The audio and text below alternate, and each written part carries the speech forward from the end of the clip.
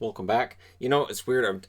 I'm doing the news videos now after I do like a board I've got set up. Spoiler alert: tomorrow I want to look at San Jose and where they're at and that kind of thing. It's fun to look at the contenders and look at the ones that weren't very good last year and kind of look at them and contrast them to each other. And then the ones that are the mushy middle, I guess I'll end off with those. And again, it all depends on the timelines. And timelines, well, we kind of get into that at the bottom of this. So, Ilia Mccave, he did the Leafs a favor. Now, Leaf fans seem to be genuinely happy last night, and I didn't do a video specifically just on Mikheyev because, again, that'd be just 30 seconds of me saying, so he signed. Good night, everybody. 2 years, there'd be people who would say that's the best video he's ever done. It's so short. $3.29 million overall. My wife would say that, ironically. He talks so much. But he's signed for less than he probably would have gotten to help the team with the cap. So this is an issue that the Leafs have had, and I know there's going to be Leaf fans that say they haven't had this issue, but they have, where guys are not necessarily signing for less money to help the Leafs out with cap space. Now, I know people are going to point out that Tavares was offered more money from other teams before signing in Toronto. I'm not talking about Tavares. I'm looking at Marner and Matthews as examples of guys who didn't really give any kind of a discount, didn't really do that kind of thing. Nylander, I would not argue, was a discount at the time he signed that either. He got a lot of money up front. And signing bonuses being as there, these guys have made a ton of money. It's not like they got the big signing bonus for a lower cap hit, or they got a higher cap hit without the signing bonuses, without any kind of clauses that make it so you can trade them if you have to. No, they got both. They got the signing bonuses and they got the high cap hit, and it makes the contracts basically unmovable if the Leafs wanted to. So Mikheyev is from a different cloth. He's basically saying, no, I'm not in this just for the money. I want to see this team win, so I'm willing to take less money to help make that happen. Kudos to him. Good job. So yeah, we'll see how things turn out for the Leafs now. They just have to worry about Travis Dermott. Dermott's the only one left. Chicago fans, things are going to get kind of interesting. So we've seen all the Line A talk. I've started to see Gaudreau talk again about whether or not Johnny Gaudreau is going to get traded by the Calgary Flames. And now you're going to see endless trade speculation about the veterans in Chicago. And where I think things are going to get interesting is, what will Jonathan Toews say? It was Toews that came out and complained about this idea of a rebuild initially. What is his opinion now, and what is he going to say going forward?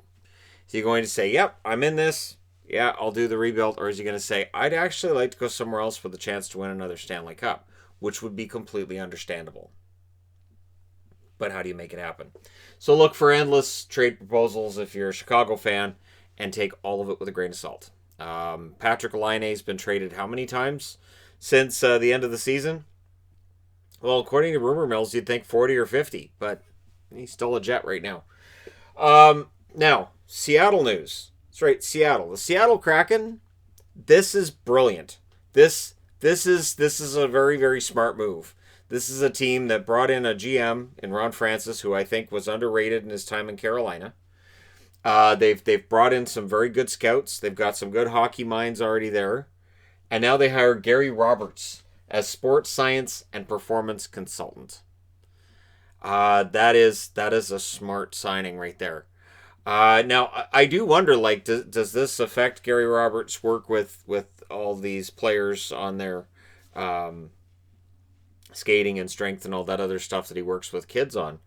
Is he still going to be able to do that on the side, or is he specifically now working with Seattle? I would think he's still doing that as well.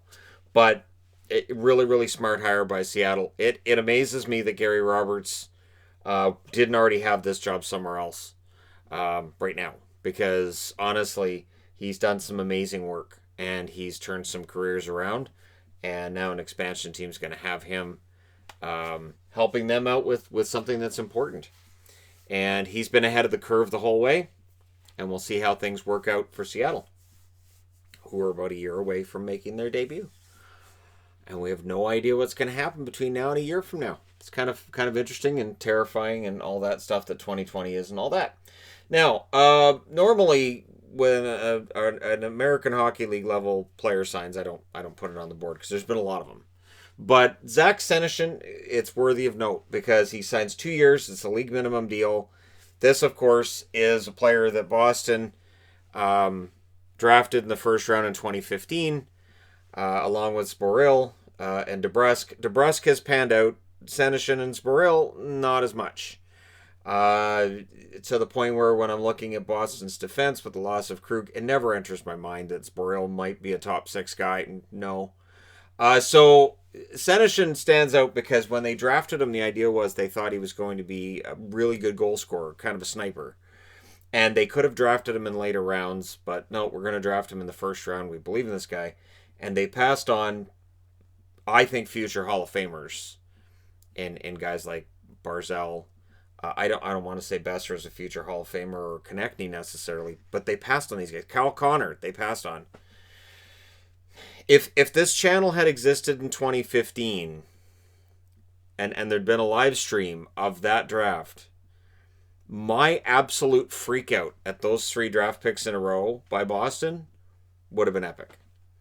I freaked out at all 3. And it started out as a, well, all right, that's okay, I guess. Wait, they picked 2 at the second pick? Wait, no, what? No, look who's left on the board. Holy crap, what are they thinking? And it just, yeah.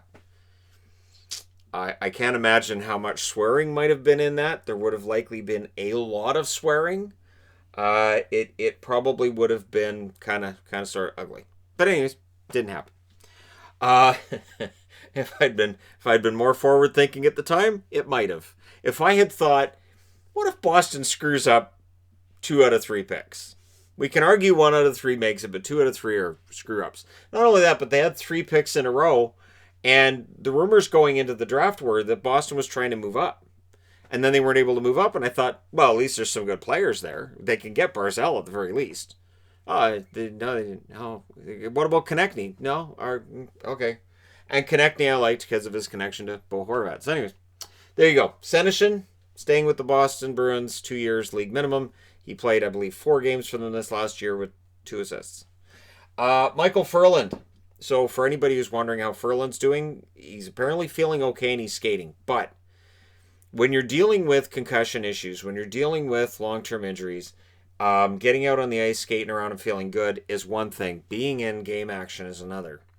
Being able to take contact is another. I have some doubts as to whether or not Ferland plays again. And it has all the earmarks of a player who's all of a sudden going to end up in the LTIR for a long time.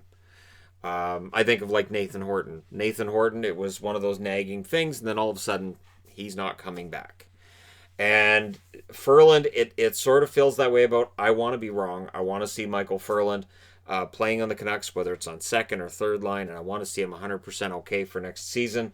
But the way that he exited the bubble and the way that went down has me thinking the return may not happen because he didn't play very much, and I didn't see that he took a lot of contact that would lead to him having symptoms or having some sort of relapse. So this is pretty major, and we'll see whether or not his career continues for the Canucks. Now, I thought this was interesting, and this isn't technically affecting hockey, but we're looking ahead, right? So the state of California, which has not been allowing fans at outdoor arenas, much less indoor. There's no fans allowed at outdoor arenas until now. They're allowing fans at outdoor events in counties with low infection rates. Now, the thing I always find interesting is they say they want to avoid people coming in from other counties where the rates are higher. I'm not sure how you do that.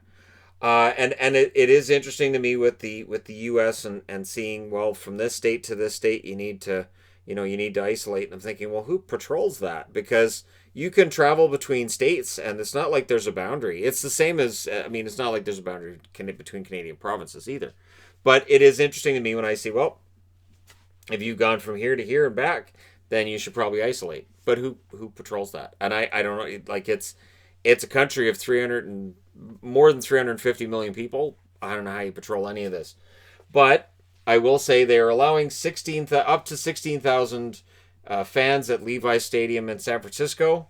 The problem is the city of LA and Anaheim would be in this county as well, I would imagine. No, there are no fans for Rams or Chargers games being allowed. So again, using this and relating this to where we are with hockey, This means that fans would not be allowed in the stands at a hockey game in LA for the Kings or the Ducks right now. So again, for the NHL, by delaying the start of the season, which there were many people back in March said just start it in October. If they'd started in October, we would still be in the same place. The NHL would be losing a ton of money. They're going to lose a ton of money. This coming season is going to be a complete wash. It's going to be a loss. But if they can get some fans in attendance at the beginning and then ramp their way up to full attendance by the end of the season, which is going to depend on a lot of external factors, it'll help to mitigate that. But this does show how state by state, and sometimes within the state itself, the rules will be different. And in Canada, we've seen regulations being amped up again, and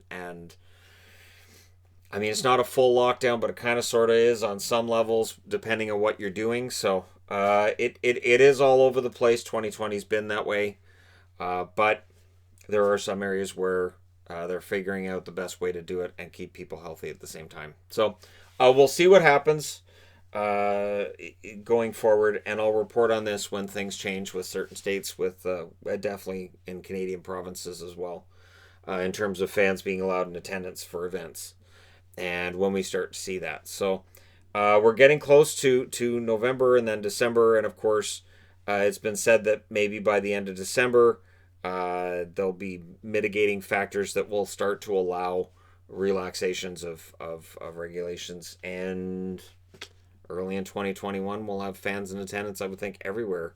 Not full attendance, like I said, but by the middle of next year, as close to that as we're going to get for a while. But hey, it is still kind of all over the place. We'll see. It's up in the air. I'll be here to report on it when it happens. And the NHL and the NHLPA, I still haven't heard anything about meetings between them. And I find that odd. I haven't heard anything about the start of them or what's going on or the template for next season. And yet it's October 21st. And rumor had it that they were hoping to have some kind of a timeline designed by the end of October. So we'll see. It was in June that they announced they were coming back in August. So if they're going to come back in January, maybe they announce that in the middle of November. But again, I'll be here to report on it when it happens.